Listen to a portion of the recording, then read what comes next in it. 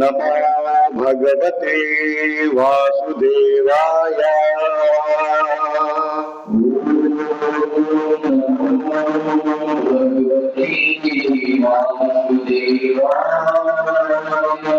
ओम नमो भगवते वासुदेवाय।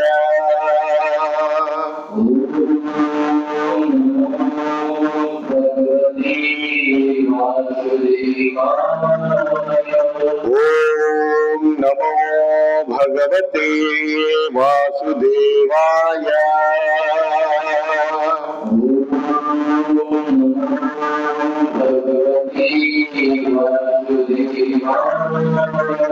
कृष्णाय वासुदेवाय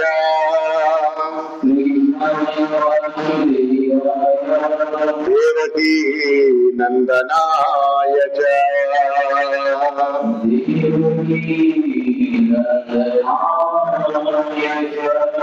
नंदगोपकुमाराय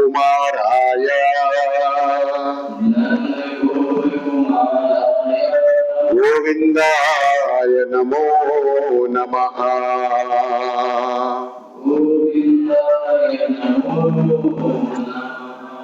कृष्णाय वासुदेवाय देवकी नंदनाय च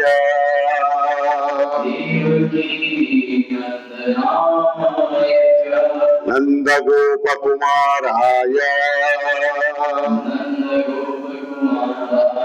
गोविंदाय नमो नमः।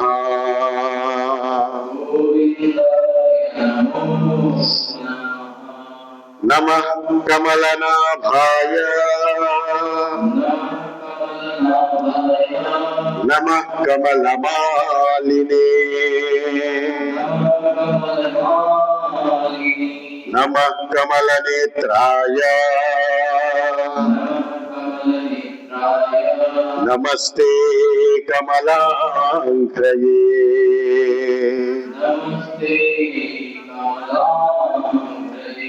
नमः कमलनाभाय नमः कमलमालिने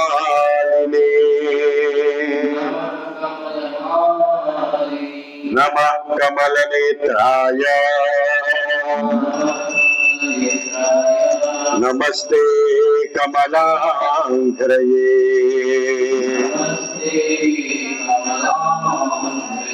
नारायणं नमस्कृत्य नरं चैव नरोत्तमम् देवीं सरस्वतीं व्यासं ततो जयमुदीरयेत्।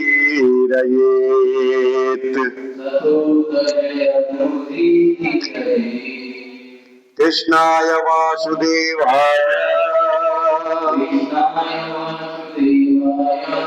हरये परमात्मने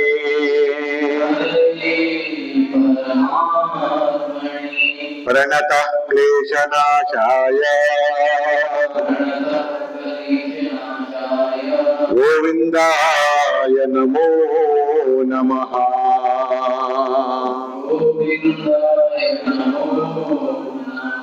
वसुदेवसुतं देवं कंसचाणूरमर्दनम्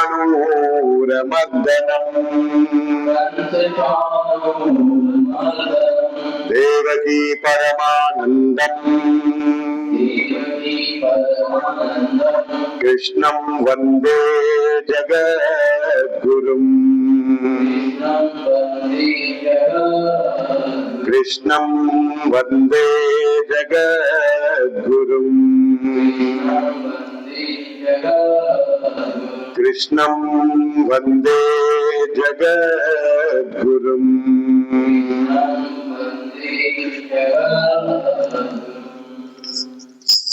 थोड़ा सा भगवान का स्वरूप को ध्यान में रखते हुए थोड़ा सा भजन कर लीजिए। भजो गिरिधर गोविंद गोपाला।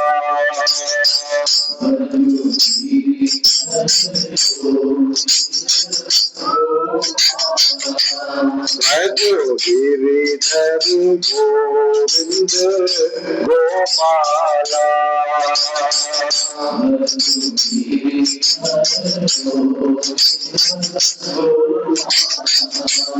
भजो नटखट मोहन नंदलाला।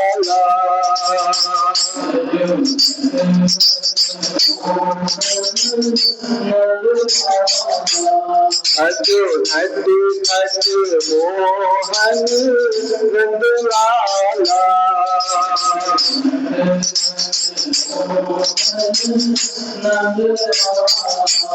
भजो गिरिधर गोविंद गोपाला।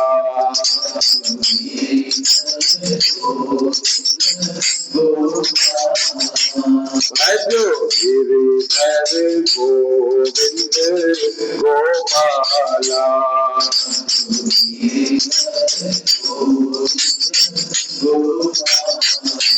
भजो नटखट मोहन नंदलाला।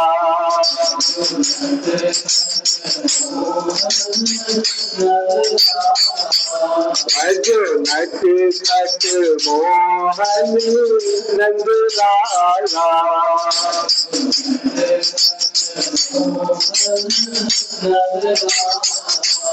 भजो गिरिधर गोविंद गोपाला।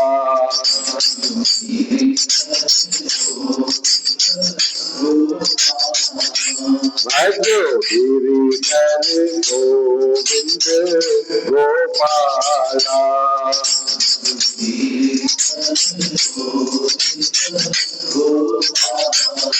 बोलिए वृंदावन बिहारी लाल की। प्रेम से बोलिए राधे राधे। प्रेम से बोलिए राधे राधे। प्रेम से बोलिए राधे राधे।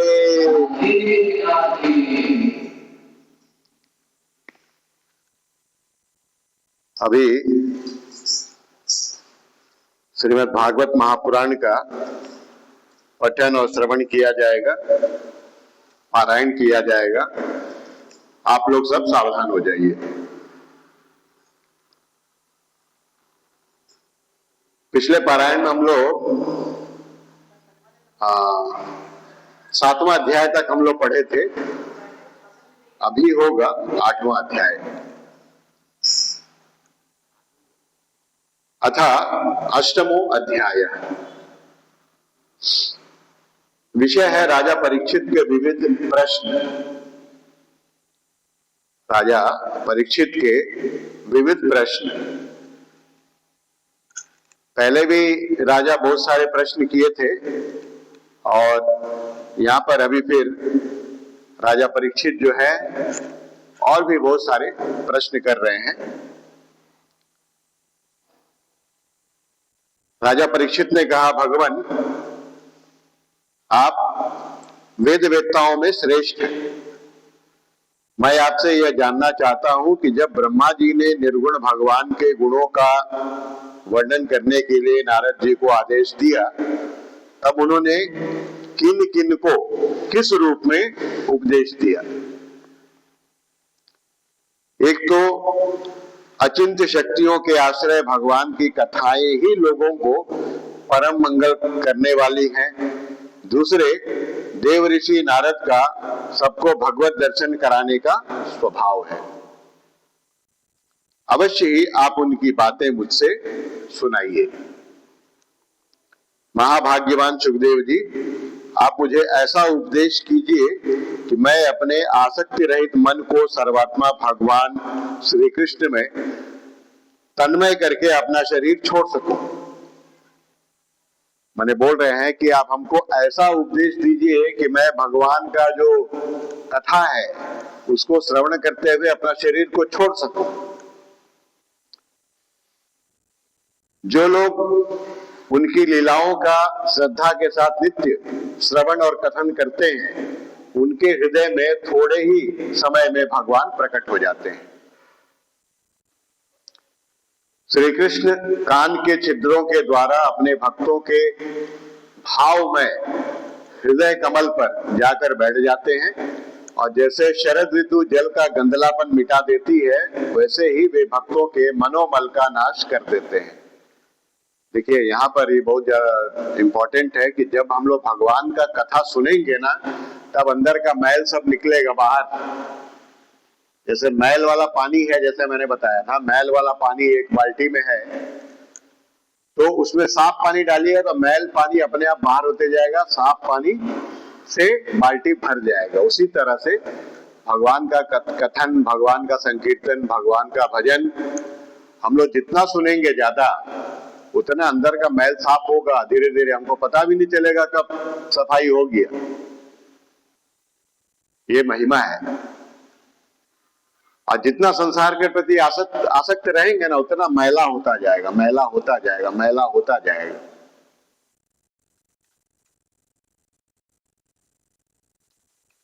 जिसका हृदय शुद्ध हो जाता है, वह श्री कृष्ण के चरण कमलों को एक क्षण के लिए भी नहीं छोड़ता।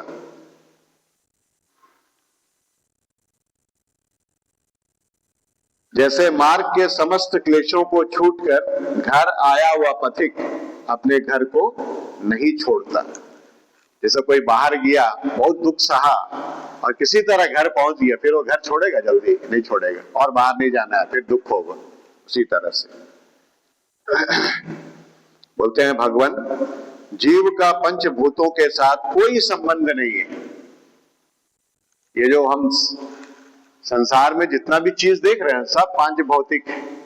ये शरीर भी पांच भौतिक है, पांच भूतों से बना हुआ। आकाश, वायु, अग्नि, जल और पृथ्वी, ये पांच चीज से शरीर बना हुआ है। जब इसको जला दिया जाता है ना श्मशान घाट में, तब बोलते हैं ना पंच तत्व में विलीन हो गए, बोलते हैं ना। तो वही है पांच तत्व, आकाश, वायु, अग्नि, जल और पृथ्वी। पांच चीज से शरीर बना है, और उसी में विलीन हो। ये ऊपर जाएगा ही नहीं, ये तो यही रह जाएगा। जाएगा कौन? जो उसके अंदर में है। हम लोग जाएंगे ऊपर, और जैसा पुण्य करेंगे तो स्वर्ग में जाएंगे, पाप करेंगे तो नरक में जाएंगे, भोगेंगे वहां में। तो बोलते हैं जीव का पंचभूतों के साथ कोई संबंध नहीं है, फिर भी इसका शरीर पंचभूतों से ही बनता है। तो क्या स्वभाव से ही ऐसा होता है अथवा किसी कारणवश? आप इस बात का मर्म पूर्ण रीति से जानते हैं। भगवान की नाभि से वह कमल प्रकट हुआ जिसमें लोकों की रचना हुई। यह जीव अपने सीमित अवयवों से जैसे परिचिन्न है, वैसे ही आपने परमात्मा को भी सीमित अवयवों से परिचिन्न सा वर्णन किया। यह क्या बात है? जिनकी कृपा से सर्वभूतमय ब्रह्मा जी प्राणियों की सृष्टि करते हैं, जिनके नाभि कमल से पैदा होने पर भी जिनकी कृपा से ही ये उनके रूप का दर्शन कर सके थे, वे संसार की स्थिति, उत्पत्ति और प्रलय में हेतु सर्वांतर्यामी और माया के स्वामी परम पुरुष परमात्मा अपनी माया का त्याग करके किस रूप से शयन करते हैं। पहले आपने बतलाया था कि विराट पुरुषों के अंगों से लोक और लोकपालों की रचना हुई, और फिर यह भी बतलाया कि लोक और लोकपालों के रूप में उसके अंगों की कल्पना हुई। इन दोनों बातों का तात्पर्य क्या है? देखिए, बहुत सारा प्रश्न कर रहे हैं। फिर बोल रहे हैं कि महाकल्प और उनके अंतर्गत अवांतर कल्प कितने हैं? भूत, भविष्यत और वर्तमान काल का अनुमान किस प्रकार किया जाता है? क्या स्थूल देहाभिमानी जीवों की आयु भी बंधी हुई है? ब्राह्मण श्रेष्ठ, काल की सूक्ष्म गति, त्रुटि आदि और स्थूल गति वर्ष आदि किस प्रकार से जानी जाती है? विविध कर्मों से जीवों की कितनी और कैसी गतियां होती हैं? देव, मनुष्य आदि योनियां सत्व, रज, तम इन तीन गुणों के फल स्वरूप ही प्राप्त होती हैं। उनको चाहने वाले जीवों में से कौन कौन किस किस योनि को प्राप्त करने के लिए किस किस प्रकार से कौन कौन कर्म स्वीकार करते हैं? पृथ्वी, पाताल, दिशा, आकाश, ग्रह, नक्षत्र, पर्वत, नदी, समुद्र, द्वीप और उनमें रहने वाले जीवों की उत्पत्ति कैसे होती है? ऐसे ही बहुत जीव है ना जो पृथ्वी में भी रहते हैं, पाताल में भी है, द्वीप में भी है, आकाश में भी है, नक्षत्र में है, ग्रह में है, ऐसे बहुत सारे हैं जीव। ब्रह्मांड का परिमाण भीतर और बाहर दोनों प्रकार से बतलाइए। साथ ही महापुरुषों के चरित्र, वर्णाश्रम के भेद और उनके धर्म का निरूपण कीजिए। युगों के भेद, उनके परिमाण और उनके अलग अलग धर्म तथा भगवान के विभिन्न अवतारों के परम आश्चर्यमय चरित्र भी बतलाइए। मनुष्यों के साधारण और विशेष धर्म कौन कौन से हैं? मनुष्य के साधारण और विशेष धर्म कौन कौन से हैं? विभिन्न व्यवसाय वाले लोगों के, राज ऋषियों के और विपत्ति में पड़े हुए लोगों के धर्म का भी उपदेश कीजिए। तत्वों की संख्या कितनी है? तत्व बोलते हैं ना, तत्वों की संख्या कितनी है वो सब आएगा अगला अध्याय में।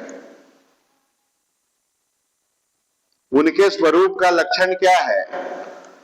भगवान की आराधना की और अध्यात्म योग की विधि क्या है? योगेश्वरों को क्या क्या ऐश्वर्य प्राप्त होते हैं तथा अंत में उन्हें कौन सी गति मिलती है? योगियों का लिंग शरीर किस प्रकार भंग होता है? वेद, उपवेद, धर्मशास्त्र, इतिहास और पुराणों का स्वरूप एवं तात्पर्य क्या है?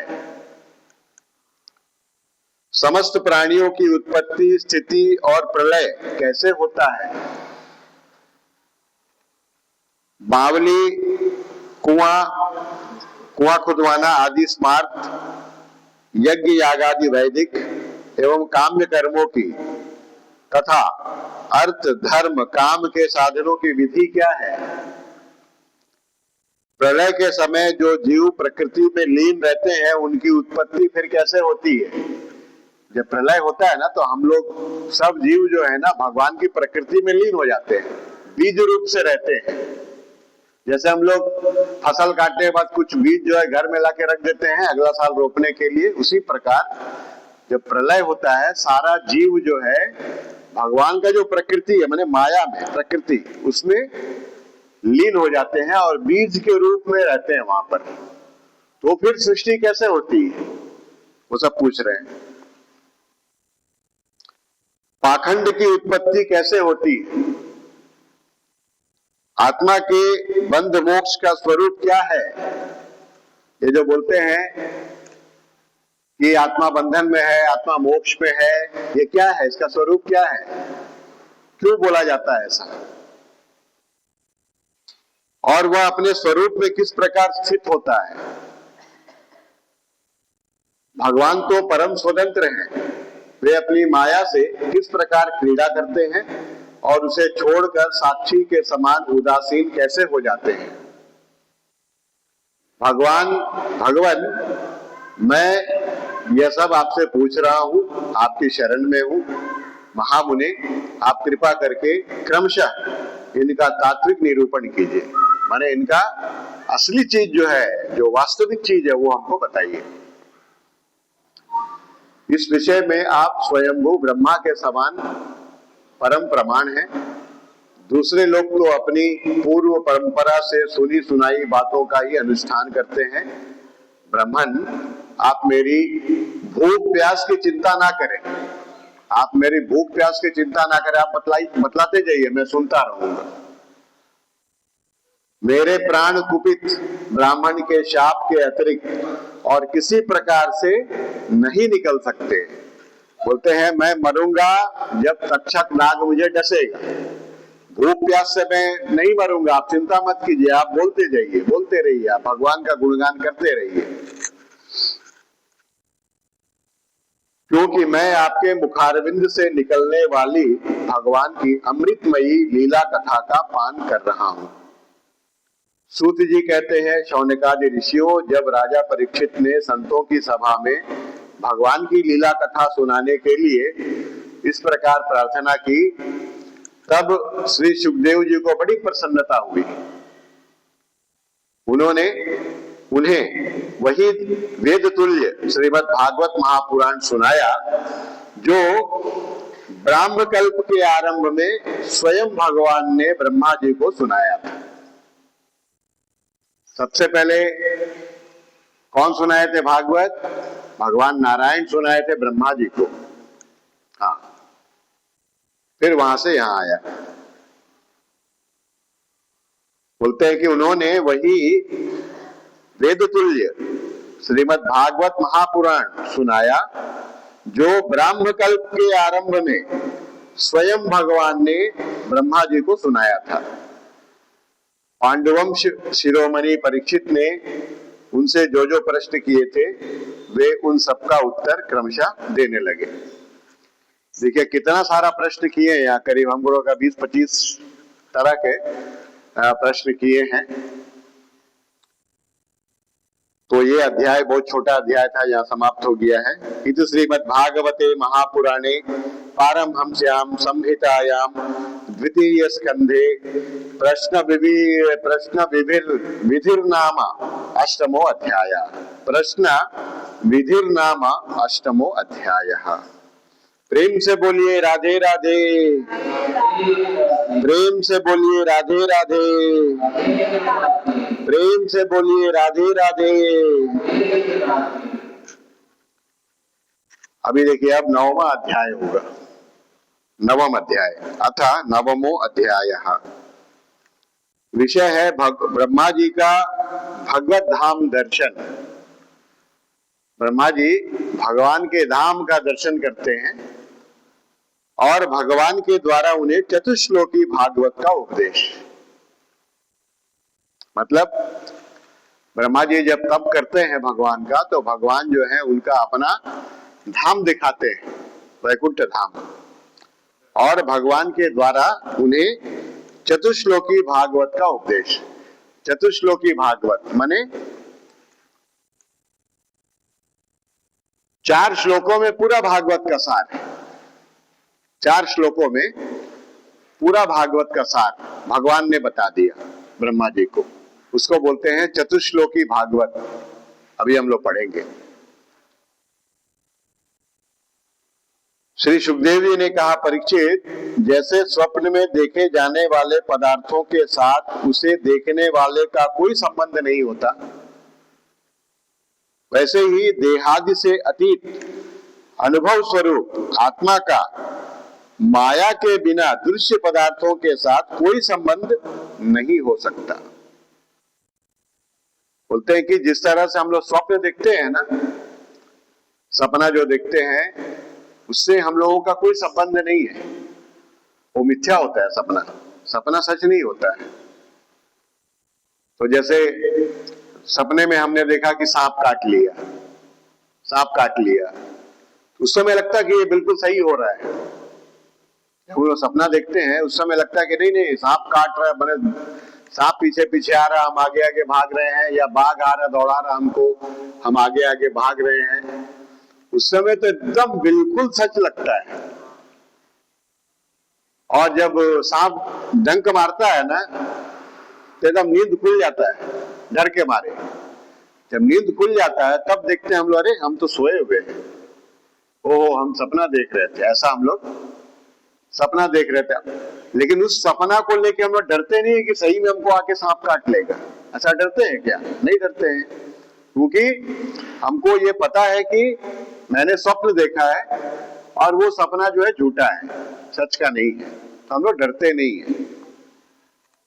उसी तरह से ये माया जो है ना, ये माया जो है बिना दृश्य पदार्थों के साथ कोई संबंध नहीं हो सकता। माने आत्मा का माया के बिना, जब हम लोग यहाँ आसक्ति करेंगे संसार में, तब हमको ये सब दिखेगा। माया ये सब माने जमीन जायदाद है ना, पुत्र पुत्री, ये सब के प्रति जब आसक्त होंगे ना, तब इसका असर हमारे पर होगा।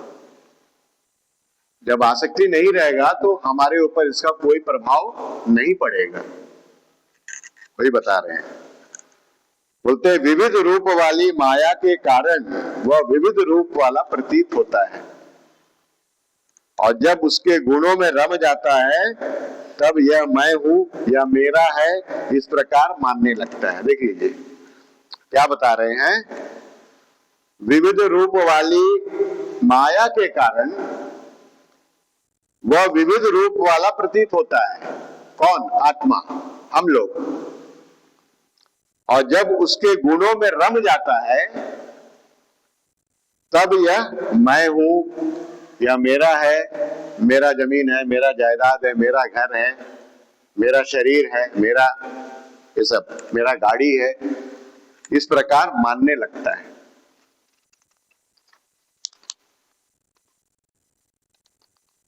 जैसे देखिए अभी कोई गाड़ी हम खरीदे, अभी हम जैसे कोई गाड़ी देखने गए, शोरूम होता है ना, गाड़ी जहां रखा रहता है, वहां गए गाड़ी देखने। आप जब जाइएगा आपको बहुत सारा गाड़ी वहां रखा हुआ है, अलग अलग मॉडल का, अलग अलग डिजाइन का, अलग अलग कलर का। तो उन सब गाड़ी के प्रति मोह होता है? पहले नहीं होता है। हाँ, जब कोई एक तो हम लोग चुनाव कर लेते हैं, जब कोई एक चुनाव कर लेते हैं हम कि ये गाड़ी हमको लेना है, चुनाव करते समय भी मोह नहीं होता है। जब हम पैसा दे देते हैं ना, पैसा दे देते हैं ना, उसके बाद मोह हो जाए, उसके बाद अपनापन आ जाता है, गाड़ी मेरा है, अब मेरा हो गया है गाड़ी। हाँ होता है ना। हाँ, पैसा देके हम खरीद लिए हैं, अब ये मेरा हो गया, अब उसके प्रति मोह हो जाएगा। अब कोई वहां से गाड़ी छुए, कोई ले जाए तो मानेंगे हम लोग, हमने खरीदा इस गाड़ी को, ये मेरा है। तुरंत देखिए वहां मेरापन आ जाता है, मेरा है, मैंने खरीदा है। वही गाड़ी को 5 साल चलाए, 10 साल चलाए, अब एक तो नया गाड़ी लेना है, अब गाड़ी चेंज करना, नया गाड़ी लेना है, तो उस गाड़ी को हम लोग बेच देते हैं दूसरा किसी को। अगर 50,000 में खरीदे हैं, उसको 15,000 में बेच देते हैं। जब वो पैसा देके ले जाता है तो उसके प्रति फिर मोह रहता है? नहीं रहता। अब ये पता चल गया गाड़ी उसका हो गया, अब मेरा नहीं है। ठीक है, उसी तरह से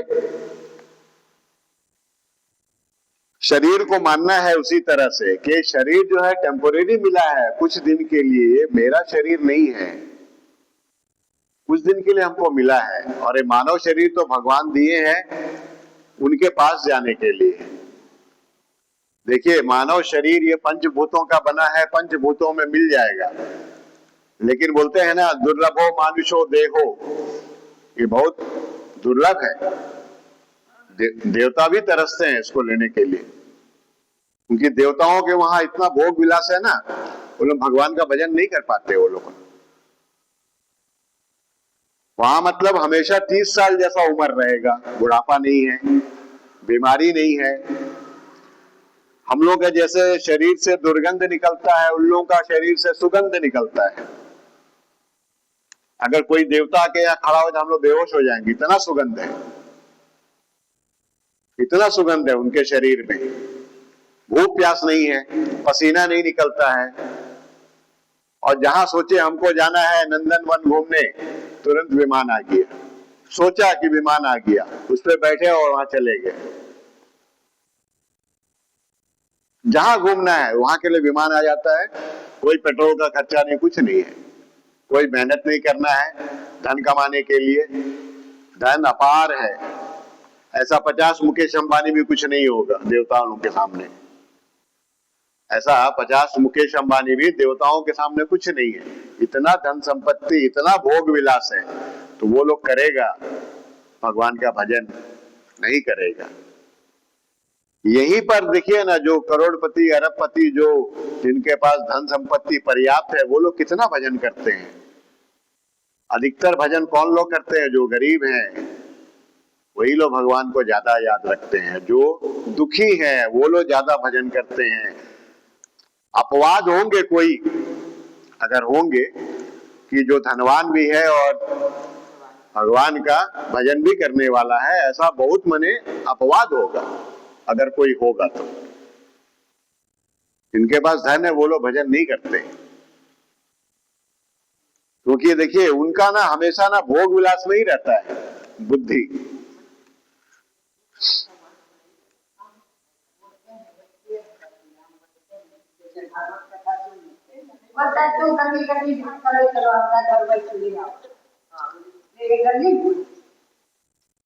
ठीक है, जिसको जो बोलता है बोलने दीजिए, आपका अपना श्रद्धा है, बस आप आइए।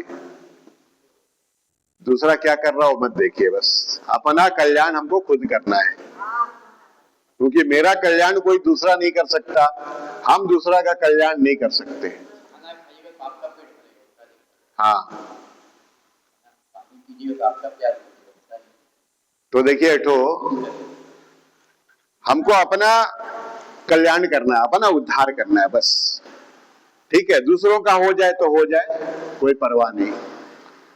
देखिए जैसे मैंने बताया ना कि ये जो शरीर है ये क्षणभंगुर है, क्षणभंगुर है। जैसे वो बुलबुला होता है ना पानी में, वो आता है तुरंत फूट जाता है, उसी तरह ये शरीर जो है क्षणभंगुर है, लेकिन दुर्लभ है और अमूल्य है। अमूल्य माने जिसका कोई मोल नहीं है, उतना अमूल्य है। इसीलिए दुर्लभो मानुषो देहो बोले हैं।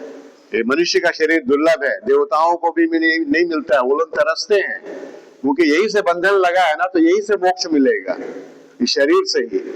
वो लोग तरसते रहते हैं। तो वहां इतना भोग विलास है कि भगवान का भजन वो लोग कर नहीं सकते। हम लोग से शरीर उनका दिव्य है, लेकिन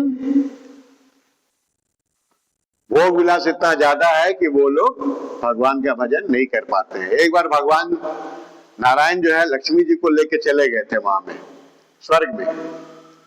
स्वर्ग में गए तो स्वर्ग का राजा इंद्र आए वहां पर, भगवान को प्रणाम किए, लक्ष्मी जी को ले गए थे स्वर्ग में, चलो घूम के आते हैं, देखते हैं क्या हाल चाल है वहां का।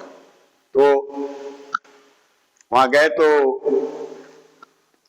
वहां जो स्वर्ग का राजा था इंद्र आया, प्रणाम किया भगवान को। तो भगवान बोले कि तुम वर मांगो, हम देंगे।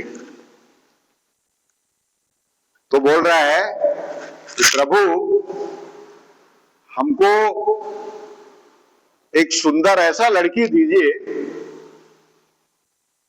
है ना, जो इससे पहले हमने कभी देखा ना हो वैसा लड़की, और मेरे यहाँ में स्वर्ग में भी वैसा लड़की आज तक ना हो, उतना सुंदर हमको लड़की दीजिए।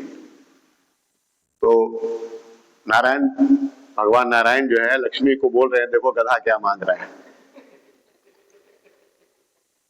है ना। तो भगवान तो सब कुछ कर सकते हैं। तो भगवान बोले ठीक है। भगवान क्या किया, लाखों लड़की एकदम अपने योग माया से वहां खड़ा कर दिए, लाखों लाखों लड़की खड़ा कर दिए, एक से एक सुंदर। तो इंद्र पहली वाली को देखा, उसी को पसंद कर लिया, दूसरा और देखा ही नहीं। भगवान बोले और देख लो, बोला नहीं नहीं और देखने का नहीं है, यही ठीक है, बहुत सुंदर है, ऐसा सुंदर लड़की तो मैंने देखा ही नहीं। उसी का नाम था उर्वशी। उर्वशी उसको पसंद कर लिया, पसंद करके भगवान चले गए, अंतर्धान हो गए वहां से। बाकी सब लड़की भी वहां से गायब हो गया, भगवान का माया था, योग माया।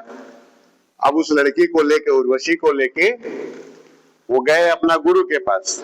उनका गुरु कौन है? बृहस्पति जी, देव गुरु। बृहस्पति जी के पास गए। तो वहां जब गए तो बृहस्पति जी देखे, अरे ये तो इंद्र है, लेकिन ये साथ में कौन है लड़की? ये तो इंद्राणी नहीं है। इंद्र की पत्नी का नाम इंद्राणी, इंद्राणी तो है नहीं, ये कौन है नया लड़की? ये तो नया देख रहे हैं हम। तो गए, जाके गुरुजी को प्रणाम किए। तो गुरुजी बोले कि ये लड़की तुम्हारे साथ कौन है? तो इंद्र जो है कथा सुनाने लगा कि भगवान आए थे स्वर्ग में और हमको बोले वर मांगने के लिए, तो मैंने ये मांग लिया। बोला तुम अपना गुरु का नाम बदनाम कर दिया। अरे भगवान आए कुछ मांगने के लिए बोले तो भगवान से भगवान को मांग लेना चाहिए था, उनका प्रेम मांगना चाहिए था। तुम ये क्या मांग लिया? हा? तेरे यहाँ का अप्सरा कम है? इतना तुम भोग भोग रहा है, फिर मांग लिया एक और। बहुत गाली दी है उसको, इंद्र को। तो देखिए वहां भी भगवान को याद नहीं करता है। तो हम लोग का जो देह है, मनुष्य का देह, ये जो है बहुत दुर्लभ है और यही से वो भगवान को हम लोग प्राप्ति कर सकते हैं। और कोई योनि में नहीं, दूसरा कोई योनि में नहीं, वो सब भोग योनि है। कुत्ता, बिल्ली, भेड़, बकरी, गधा सब भोग योनि है। और ये जो है मनुष्य का जो शरीर है, ये भोग योनि भी है और कर्म योनि भी है। हम नया कर्म करके, नया माने नवीन कर्म करके हम भगवत प्राप्ति यहां से कर सकते हैं, मनुष्य योनि से, सिर्फ और सिर्फ यही योनि से, और कोई योनि नहीं। इसीलिए बहुत इंपॉर्टेंट है वाला। तो यहां पर बता रहे हैं कि इन दोनों से परे अपने अनंत स्वरूप में मोह रहित होकर रमण करने लगता है। माने किंतु जब यह गुणों से क्षुब्ध करने वाले काल और मोह उत्पन्न करने वाली माया इन दोनों से परे अपने अनंत स्वरूप में मोह रहित होकर रमण करने लगता है, आत्माराम हो जाता है, तब यह मैं मेरा का भाव छोड़कर पूर्ण उदासीन गुणातीत हो जाता है। जब भगवान का भजन हम लोग करने लगेंगे तो मैल अंदर का साफ हो जाएगा। और जब भगवान के शरणागत हो जाएंगे तो मायाधिपति वही है, मायाधीश वही है। हमारा जो माया है, हमारा जो मोह है, वो भी वो अपने से भगा देंगे। वो हाँ, अपने से भगा देंगे। हमको मेहनत नहीं करना पड़ेगा माया को हटाने के लिए, वो हटा देंगे, क्योंकि हम उनके शरण में है ना, वो हटा देंगे। जैसे देखिए बच्चा जो है वो माँ की शरण होता है। जब पैदा होता है तो वो क्या करता है, कोई भी तकलीफ, भूख लगेगा रो देगा, कोई चींटी काटेगा रो देगा, खाली रोना हो जाता है।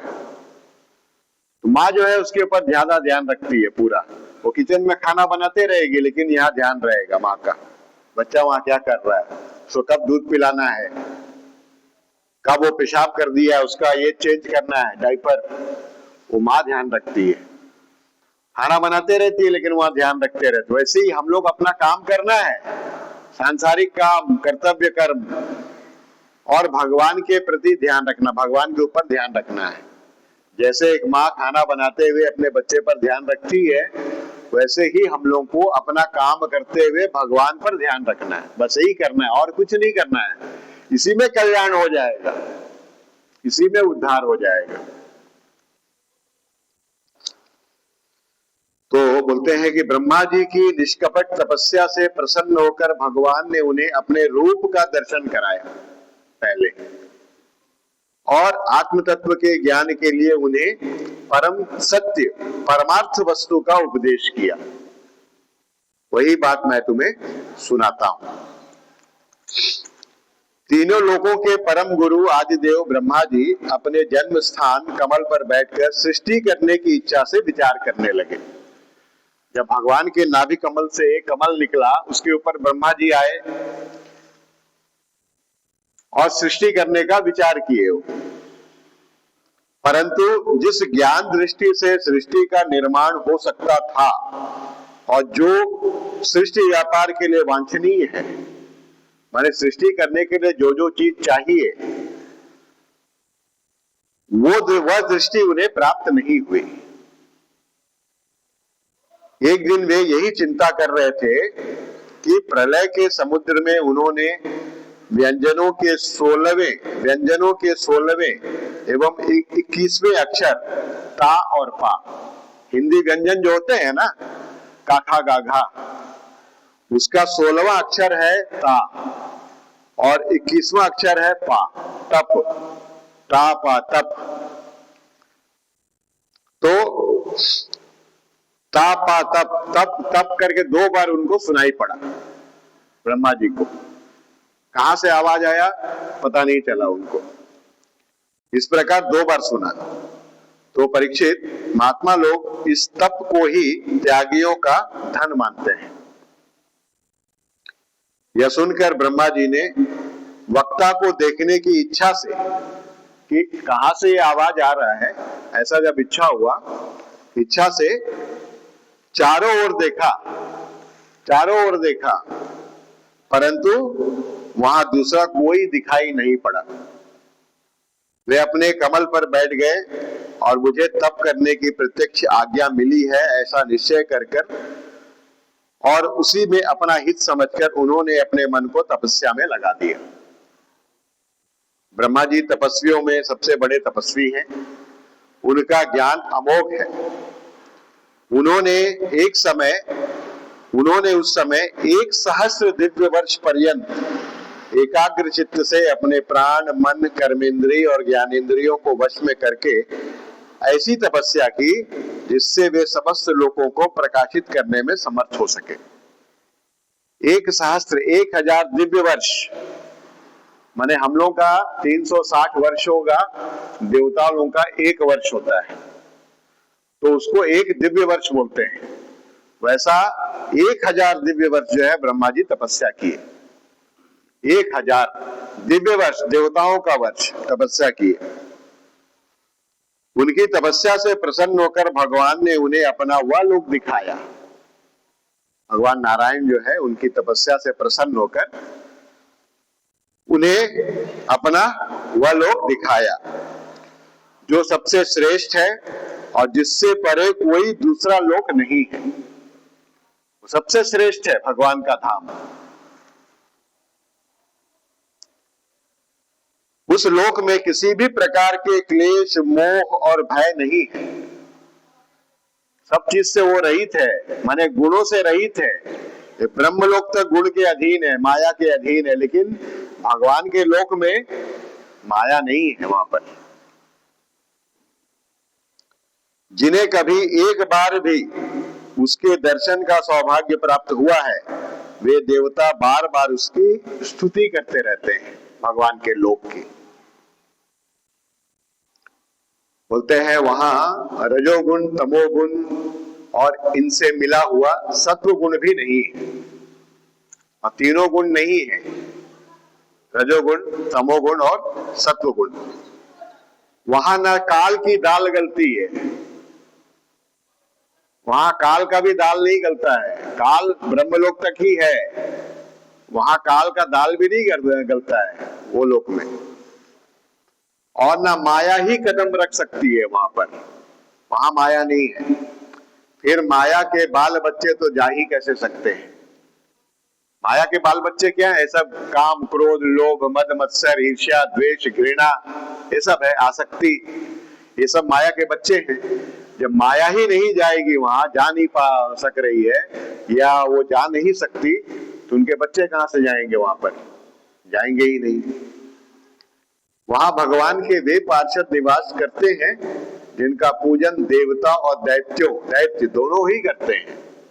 भगवान के पार्षद वहां रहते हैं जो भगवत धाम को प्राप्त हुए हैं अपना भक्ति से, वो लोग वहां निवास करते हैं। मैंने बताया ना, वहां में वैकुंठ का व्यवस्था देखने के लिए 98 करोड़ पार्षद हैं। 98 करोड़ पार्षद हैं, वो लोग सब वहां का व्यवस्था देखते हैं पूरा। हाँ,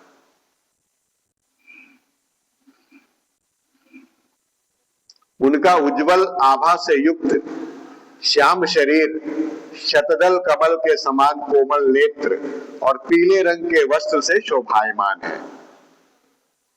अंग अंग से राशि राशि सौंदर्य बिखरता रहता है। वे कोमलता की मूर्ति हैं, सभी के 4-4 भुजाएं हैं। वे स्वयं तो अत्यंत तेजस्वी हैं ही, मणि जटित सुवर्ण के प्रभामय आभूषण भी धारण किए रहते हैं। उनकी छवि मूंगे, वैदूर्यमणि और कमल के उज्जवल तंतु के समान है। उनके कानों में कुंडल, मस्तक पर मुकुट और कंठ में मालाएं शोभायमान है। जिस प्रकार आकाश बिजली सहित बादलों से शोभायमान होता है, वैसे ही वह लोग मनोहर कामनियों की कांति से युक्त महात्माओं के दिव्य तेजोमय विमानों से स्थान स्थान पर सुशोभित होता रहता है। उस वैकुंठ लोक में लक्ष्मी जी सुंदर रूप धारण करके अपनी विविध विभूतियों के द्वारा भगवान के चरण कमलों की लीलाओं का गायन करने लगती है। मतलब भगवान के चरण कमलों की अनेकों प्रकार से सेवा करती रहती हैं। कभी कभी जब वे झूले पर बैठकर अपने प्रियतम भगवान की लीलाओं का गायन करने लगती हैं, तब उनके सौंदर्य और सुरभि से उन्मत्त होकर भौरे स्वयं उन लक्ष्मी जी का गुणगान करने लगते हैं। ब्रह्मा जी ने देखा कि उस दिव्य लोक में समस्त भक्तों के रक्षक लक्ष्मीपति, यज्ञपति और विश्वपति भगवान विराजमान हैं। सुनंद, नंद, प्रबल और अरहण आदि मुख्य मुख्य पार्षदगण उन प्रभु की सेवा कर रहे हैं। उनका मुख कमल प्रसाद मधुर मुस्कान से युक्त है। आंखों में लाल लाल डोरियां हैं। बड़ी मोहक और मधुर चितवन है। ऐसा जान पड़ता है कि अभी अभी अपने प्रेमी भक्त को अपना सर्वस्व दे देंगे भगवान। सिर पर मुकुट, कानों में कुंडल और कंधे पर पीतांबर जगमगा रहे हैं। वक्षस्थल पर एक सुनहरी रेखा के रूप में श्री लक्ष्मी जी विराजमान हैं और सुंदर 4 भुजाएं हैं। वे एक सर्वोत्तम और बहुमूल्य आसन पर विराजमान हैं। पुरुष, प्रकृति, महातत्व, अहंकार, मन, 10 इंद्रिय, शब्दादि 5 तन्मात्राएं और पंचभूत, ये 25 शक्तियां मूर्तिमान होकर उनके चारों ओर खड़ी। समग्र ऐश्वर्य, धर्म, कीर्ति, श्री, ज्ञान और वैराग्य, इन 6 नित्य सिद्ध स्वरूप भूत शक्तियों से वे सर्वदा युक्त रहते हैं। देखिए, भगवान में बोलते हैं ना, भगवान जो है वो षड ऐश्वर्य गुण संपन्न है। षड मतलब 6, माने 6 प्रकार के उनमें जो गुण है वो किसी में नहीं है। 6 प्रकार के, किसी में 3 हो सकते हैं, 4 हो सकते हैं, 5 हो सकते हैं, लेकिन भगवान में पूरा 6 है। वो क्या क्या है? समग्र ऐश्वर्य है उनके पास, धर्म है, कीर्ति है, श्री है, ज्ञान है और वैराग्य है। ये सब भगवान में है। ये 6 बाकी किसी में नहीं है। कोई देवता में नहीं है। किसी में 1 है, किसी में 2 है, किसी में 3 है, किसी में 4 है, किसी में 5 है, लेकिन भगवान में पूरा 6 है। जितना होना चाहिए उतना पूरा है भगवान में। बोलते हैं उनके अतिरिक्त और कहीं भी ये नित्य रूप से निवास नहीं करती। ये 6 गुण जो है भगवान के अतिरिक्त और किसी के पास ये हमेशा के लिए नहीं रहते, लेकिन भगवान के पास ये 6 जो है एकदम नित्य रहते हैं उनके पास।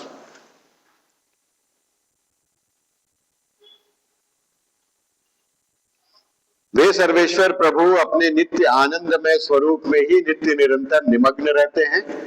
उनका दर्शन करते ही ब्रह्मा जी का हृदय आनंद के उद्रेक से लबालब भर गया। ब्रह्मा जी जैसे उनका दर्शन किए, वो उनका हृदय जो है आनंद से भर गया। शरीर पुलकित हो उठा, नेत्रों में प्रेमाश्रु छलक आए। ब्रह्मा जी ने भगवान के उन चरण कमलों में, जो परमहंसों के निवृत्ति मार्ग से प्राप्त हो सकते हैं, सिर झुकाकर प्रणाम किया। ब्रह्मा जी ने, ब्रह्मा जी के प्यारे भगवान अपने प्रिय ब्रह्मा को प्रेम और दर्शन के आनंद में निमग्न, शरणागत और प्रजा सृष्टि के लिए आदेश देने योग्य देखकर बहुत प्रसन्न हुए भगवान। उन्होंने ब्रह्मा जी से हाथ मिलाया तथा मंद मुस्कान से अलंकृत वाणी में कहा। बोलते हैं ब्रह्मा जी से हैंडशेक किए, जैसे हम लोग हाथ मिलाते हैं ना आजकल, हाथ मिलाते हैं एक दूसरा को, वैसे भगवान से उन्होंने हाथ मिलाया। उन्होंने ब्रह्मा जी से हाथ मिलाया और मंद मुस्कान से अलंकृत वाणी में कहा। श्री भगवान ने कहा, ब्रह्मा जी, तुम्हारे हृदय में जो समस्त वेदों का ज्ञान विद्यमान है, तुमने सृष्टि रचना की इच्छा से चिरकाल तक तपस्या करके मुझे भली भांति संतुष्ट कर दिया है। मन में कपट रखकर योग साधन करने वाले मुझे कभी प्रसन्न नहीं कर सकते। तुम्हारा कल्याण हो। तो बोलते हैं कि भगवान का भक्ति जब हम लोग करते हैं तो मन में कपट नहीं होना चाहिए। कपट होगा तो भक्ति जो है फलीभूत नहीं होगा। कपट नहीं होना, निष्कपट भाव से भगवान का भक्ति करना है।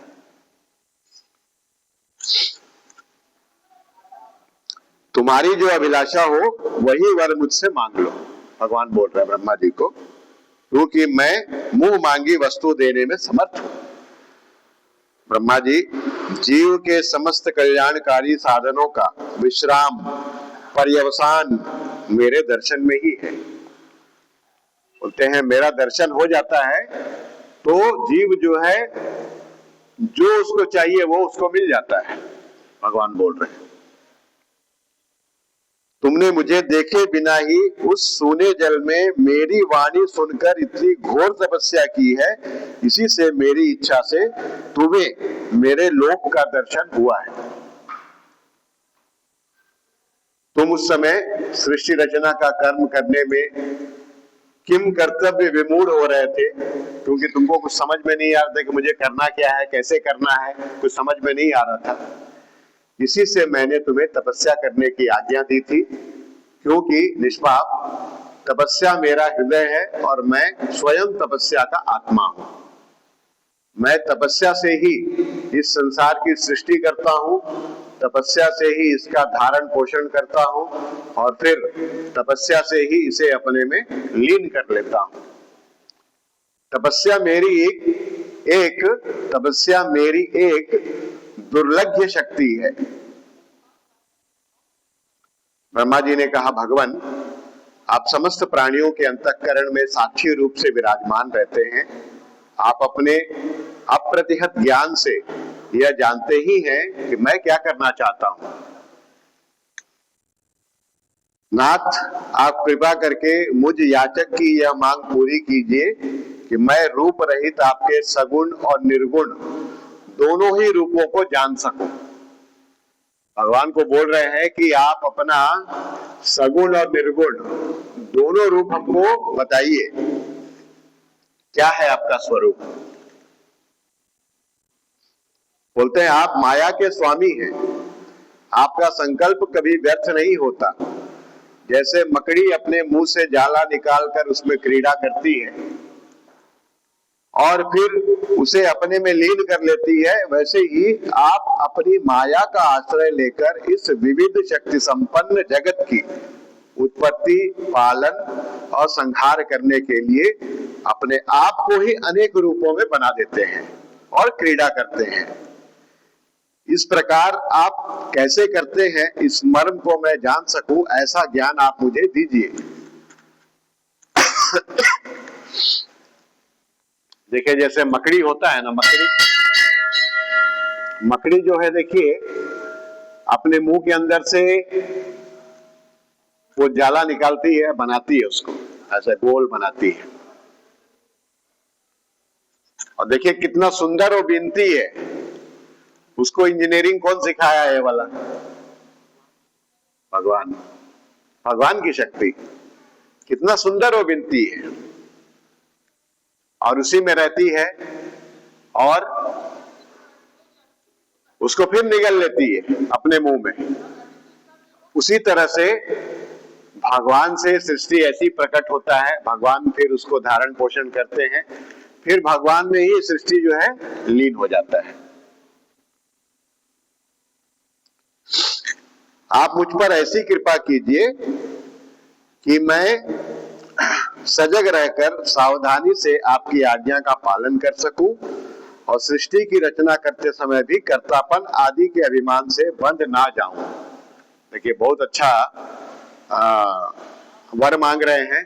भगवान बोले ना वर मांगने के लिए, तो मांग रहे हैं वर। बोलते हैं आप हमें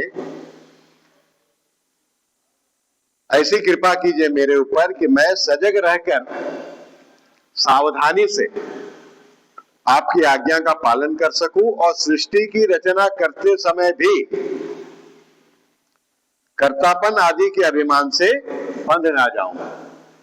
जैसे हम लोग कोई कर्म करते हैं तो हमारे अंदर कर्तापन का अभिमान आ जाता है कि मैंने किया है। तो बोल रहे हैं कि आप ऐसी कृपा कीजिए कि मेरे में वो अभिमान ना आए, सृष्टि करने के बाद भी ऐसा कृपा कीजिए।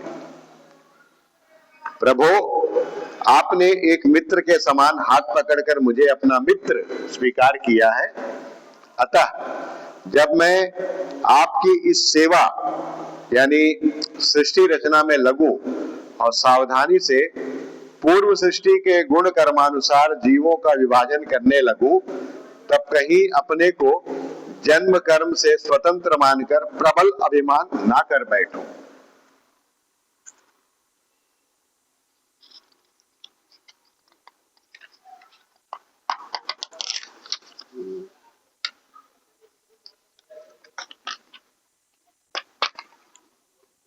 श्री भगवान ने कहा, अनुभव, प्रेमा भक्ति और साधनों से युक्त अत्यंत गोपनीय अपने स्वरूप का ज्ञान मैं तुम्हें कहता हूं, तुम उसे ग्रहण करो। देखिए, अभी ज्ञान बता रहे हैं चतुश्लोकी भागवत, ये बहुत इंपॉर्टेंट है। 4 श्लोकों में भगवान ने पूरे भागवत का ज्ञान बता दिया। पूरे भागवत क्या, पूरे पुराणों का, वेदों का, सबका ज्ञान सिर्फ 4 श्लोकों में। बोलते हैं मेरा जितना विस्तार है, मेरा जो लक्षण है, मेरे जितने और जैसे रूप, गुण और लीलाएं हैं, मेरी कृपा से तुम उनका तत्व ठीक ठीक वैसा ही अनुभव करो। भगवान बोल रहे हैं मेरी कृपा से ही होगा। अगर हम कृपा नहीं करेंगे तो नहीं होगा, ग्रहण नहीं कर पाओगे। तो मेरी कृपा से तुम उनका तत्व ठीक ठीक वैसा ही अनुभव करो। देखिए, यहां से ये चालू हो जाता है। भगवान देखिए क्या बोल रहे हैं, सृष्टि के पूर्व केवल मैं ही मैं था। जब कुछ नहीं था तो मैं ही था और कुछ नहीं था। मेरे अतिरिक्त ना स्थूल था, ना सूक्ष्म, और ना तो दोनों का कारण अज्ञान। ये स्थूल जगत भी नहीं था। ये सूक्ष्म जगत किसको बोलते हैं?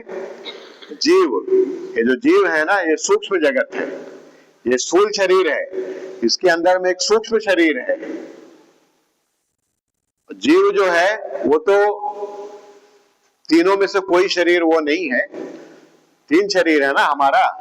ये स्थूल शरीर जो दिख रहा है आंख से, एक अंदर में सूक्ष्म शरीर है जिसको लिंग शरीर भी बोलते हैं, और एक है कारण शरीर। कारण शरीर का मतलब अज्ञान। अज्ञान है मतलब जितना हमारा अज्ञान बढ़ेगा उतना जो है सूक्ष्म शरीर बढ़ेगा। जितना सूक्ष्म शरीर बढ़ेगा उतना ये स्थूल शरीर बढ़ेगा, माने ज्यादा मिलेगा हमको। तो अज्ञान का अगर नाश हो जाएगा तो स्थूल सूक्ष्म शरीर बनेगा नहीं। जब सूक्ष्म शरीर नहीं बनेगा तो ये स्थूल शरीर भी नहीं मिलेगा। ये सिर्फ और सिर्फ अज्ञान के कारण मिल रहा है। ये माने जो सत्य वस्तु है उसको हम लोग नहीं देख रहे हैं, जो असत्य वस्तु है उसके पीछे हम भाग रहे हैं। ये अज्ञान ही तो है ना। तो ये अज्ञान के कारण ही ये स्थूल शरीर मिल रहा है, सूक्ष्म शरीर बढ़ रहा है, ये सब हो रहा है। तो वही यहां बता रहे हैं भगवान कि मेरे अतिरिक्त ना स्थूल था, ना सूक्ष्म था, और ना दोनों का कारण अज्ञान था। जहां यह सृष्टि नहीं है वहां भी मैं ही मैं हूं। जहां ये सृष्टि नहीं है वहां भी मैं ही मैं हूं, और इस सृष्टि के रूप में जो कुछ प्रतीत हो रहा है वह भी मैं ही हूं। देखिए, जहां सृष्टि नहीं है वहां भी मैं ही मैं हूं, और ये जो सृष्टि दिख रहा है ये भी मेरा ही स्वरूप है। और जो कुछ बच रहेगा वह भी मैं ही हूं, और जो कुछ बचेगा सृष्टि खत्म हो जाने के बाद वो भी मैं ही हूं। वास्तव में ना होने पर भी जो कुछ अनिर्वचनीय वस्तु मेरे अतिरिक्त मुझ चंद्रमा, मुझ परमात्मा में दो चंद्रमाओं की तरह मिथ्या ही प्रतीत हो रही है, अथवा विद्यमान होने पर भी आकाश मंडल के नक्षत्रों में राहु की भांति जो मेरी प्रतीति नहीं होती, इसे मेरी माया समझना चाहिए। बस इतना ही है चतुश्लोकी भागवत, इतना में सारा ज्ञान है। देखिए क्या बोल रहे हैं, बोलते हैं वास्तव में ना होने पर भी जो कुछ अनिर्वचनीय वस्तु मेरे अतिरिक्त मुझ परमात्मा में दो चंद्रमाओं की भांति मिथ्या ही प्रतीत हो रही है, अथवा विद्यमान होने पर भी आकाश मंडल के नक्षत्रों में राहु की भांति जो मेरी प्रतीति नहीं होती, इसे मेरी माया समझनी चाहिए। देखिए, अब नक्षत्र मंडल में नक्षत्र जब रहता है ना तो राहु दिखाई नहीं देता है, तो ये नक्षत्र का जो प्रकाश है ना उसमें राहु जो है ना दिखाई नहीं पड़ता है। तो दो चंद्रमा किसको दिखता है? जिसको मोतियाबिंद रहता है ना उसको दो चंद्रमा दिखेगा। हाँ, मोतियाबिंद होगा ना तो अक्षर भी देखिएगा ओवरलैपिंग दिखेगा। जैसे अभी चश्मा निकाल देंगे ना तो अक्षर जो है ना पूरा ऐसा ऐसा ऐसा ऐसा दिखेगा, है ना? हाँ, दिखता ही नहीं है, और ओवरलैपिंग जैसा दिखता है। तो कहने का मतलब है जिसको मोतियाबिंद होगा उसको चंद्रमा दो दिखेगा। तो क्या चंद्रमा दो है? चंद्रमा तो एक ही है। उसी तरह से हम लोग को परमात्मा भी दिख रहे हैं, परमात्मा को भी हम मान रहे हैं, संसार को भी मान रहे हैं। तो ये जो संसार है ये अलग नहीं है, ये परमात्मा का ही स्वरूप है, लेकिन वो चीज हम लोग नहीं देख पा रहे हैं। तो मैंने हम लोग को मोतियाबिंद हो गया है। हाँ, तो यहां भागवत पारायण करने पर वो मोतियाबिंद ठीक हो जाएगा। उसका इलाज यही है, और कोई दूसरा इलाज नहीं है। भागवत पारायण करेंगे, भगवान की भक्ति करेंगे, भगवान का भजन करेंगे, वो जो मोतियाबिंद है ना, जो मतलब परमात्मा स्वरूप होते हुए जगत हम लोग को संसार रूप में दिख रहा है, वो दिखना बंद हो जाएगा। परमात्मा को ही हम लोग देखेंगे। कहने का तात्पर्य ये है। तो अभी हम लोग को मोतियाबिंद हो गया है, अभी हम लोग यहाँ ठीक करने आए हैं उसको। तो ये जब ठीक हो जाएगा तो संसार दिखना बंद हो जाएगा, परमात्मा को ही देखेंगे। बोलते हैं ना, विद्या विनय संपन्ने ब्राह्मणे गवि हस्तिनी, गीता में बोले हैं भगवान। जो पंडित होता है ना वो एक विद्या विनय संपन्न ब्राह्मण में, एक कुत्ता में, एक गाय में, एक हाथी में, सब में परमात्मा का दर्शन करता है। कौन? पंडित, ज्ञानी। उसी तरह से जब हम लोग का मोतियाबिंद ठीक हो जाएगा, जब हम लोग को ज्ञान आ जाएगा कि क्या सही है क्या गलत है, तो हम लोग को भी इस संसार में परमात्मा ही दिखने लगेंगे। ये तात्पर्य है कहने का।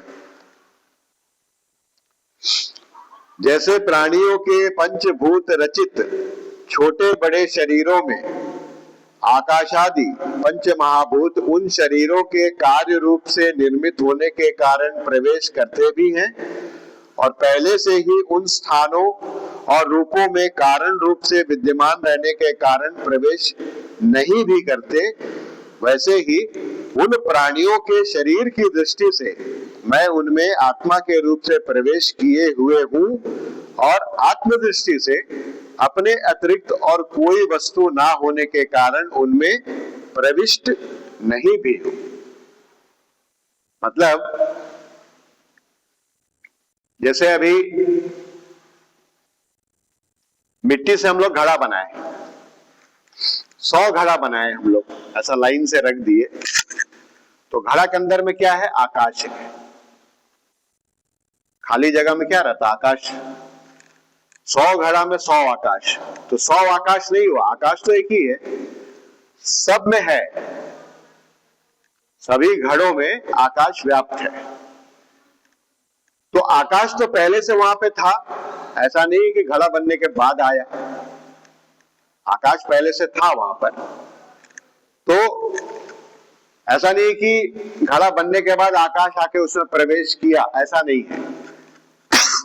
आकाश था, हमने लाके घड़ा रख दिया, तो घड़ा का जो आकाश है ना, उसका एक हमने नाम दे दिया, घटाकाश।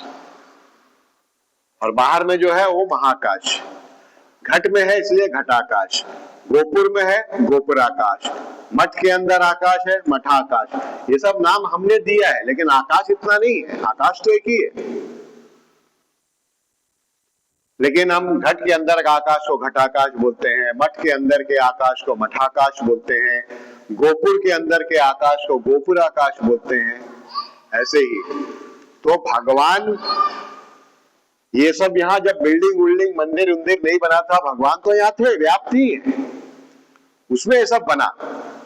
तो वो अलग से प्रवेश नहीं किए, भगवान वही बोल रहे हैं, मैं आत्मदृष्टि से मैं तो पहले व्यापक था ही वहां, तो मैं उसमें प्रवेश नहीं किया हूं।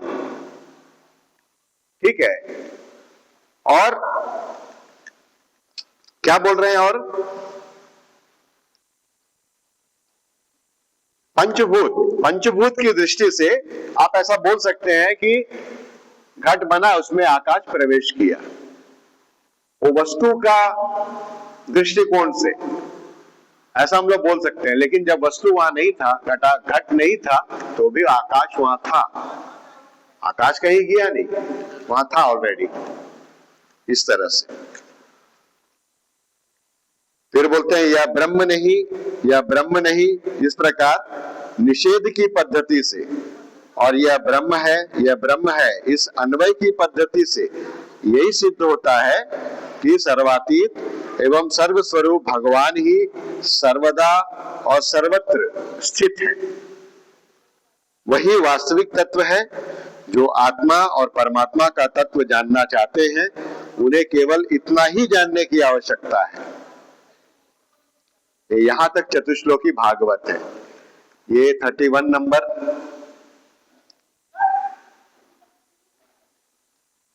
ये देखिए 32 नंबर से है, 32, 33, 34, 35, ये 4 श्लोक जो है ये चतुश्लोकी भागवत है। इतना अगर पढ़ के हम लोग समझ लेंगे और कुछ पढ़ने का जरूरत नहीं है, इतना ही चतुश्लोकी भागवत भगवान ने इतना ही बताया ब्रह्मा जी को। तो ये जो श्लोक है ना 4, ये बहुत इंपॉर्टेंट है, पूरा भागवत में सबसे ज्यादा इंपॉर्टेंट है। बोलते हैं कि हम लोग को नेत्र दोष के कारण वैसा दिख रहा है, ये पूरा भगवान का ही स्वरूप है, हम लोग का नेत्र दोष है जो हम लोग देख रहे हैं। ये विनय जी हैं, ये रामकृष्णा जी हैं, ये फलाना है,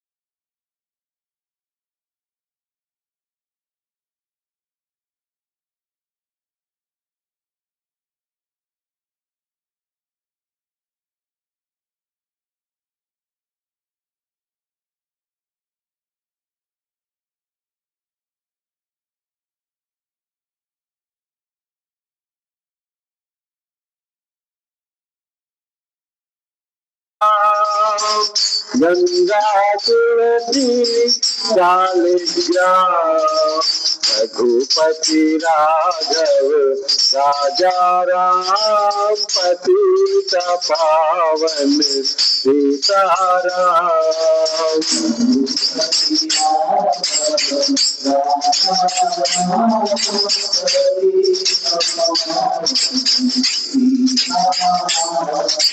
सीताराम सीताराम अति प्यारे तू सीताराम।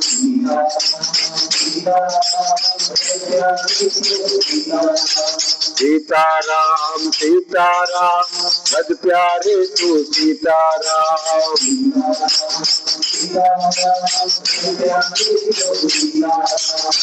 वज्रगिरीश्वर सीताराम, भगत जन प्रिय सीताराम। वज्रगिरीश्वर सीताराम, भगत जन प्रिय सीताराम। रघुपति राघव राजा राम, पतित पावन सीताराम।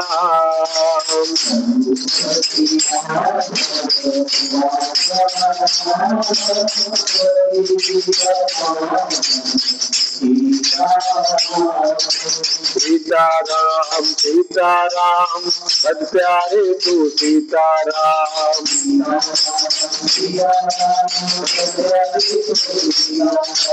सीताराम सीताराम अति प्यारे तू सीताराम।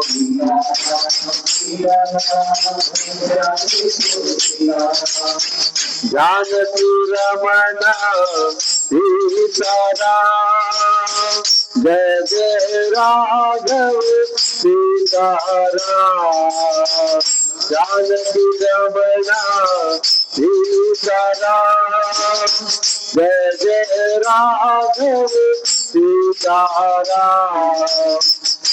रघुपति राघव राजा राम, पतित पावन सीताराम।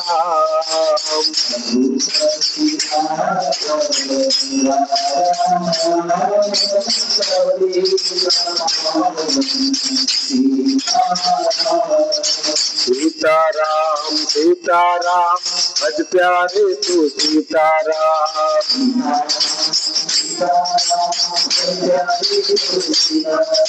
सीताराम सीताराम अति प्यारे तू सीताराम।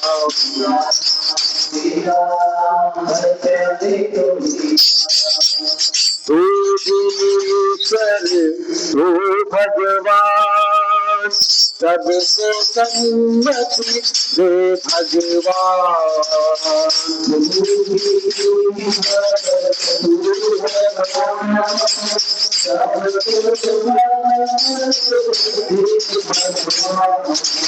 तू ईश्वर तू भगवान, सबको सम्मति दे भगवान।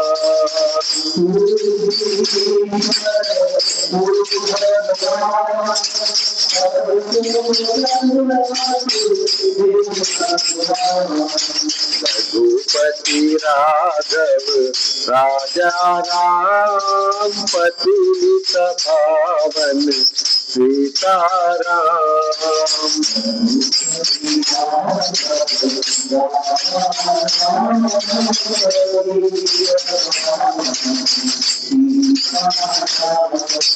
सीताराम सीताराम अति प्यारे तू सीताराम।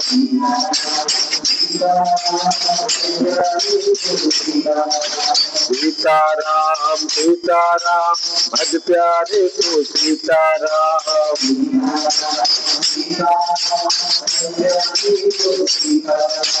सीताराम सीताराम अति प्यारे तू सीताराम।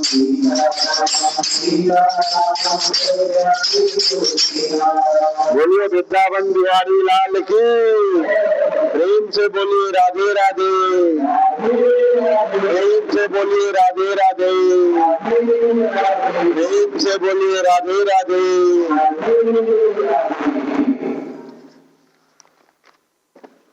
5-5 हो गया प्रभु जी। हाँ यहीं पे ही करिए आगे। अच्छा ताकि फिर लेट हो जाएगा। हाँ बहुत बड़ी हो जाए नहीं कि सवासी में यात्री में तो है, आप लोग तो भाग जाइएगा आपको पता है। ठीक है, तो यहाँ पर विश्राम देते हैं हम लोग। आज हो गया 9 तारीख ना। इसको बल्कि थोड़ा पहले समय करना है तो कर सकते हाँ तो हम ही लोग को सुनना है तो आगे पीछे कर लेते हैं। 3 कर सकते हैं, 3:30 टाइम नहीं 3 कर सकते हैं। 3 आप लोग आ जाइएगा 3:30 में ठीक है। अच्छा अच्छा लेकिन सब चीज में समस्या को देखते हैं 3:30 से, लेकिन 3:30 में मतलब जैसे यहाँ पहुंच जाइएगा ना, हम लोग स्टार्ट कर देंगे तो ज्यादा आनंद ले सकेंगे ना। हाँ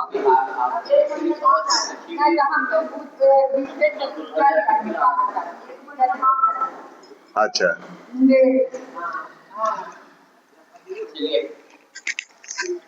ठीक है, तो यहाँ पे हम लोग विश्राम देते हैं। तो भगवान का जो स्वरूप है उसको ध्यान में रखते हुए कलयुग का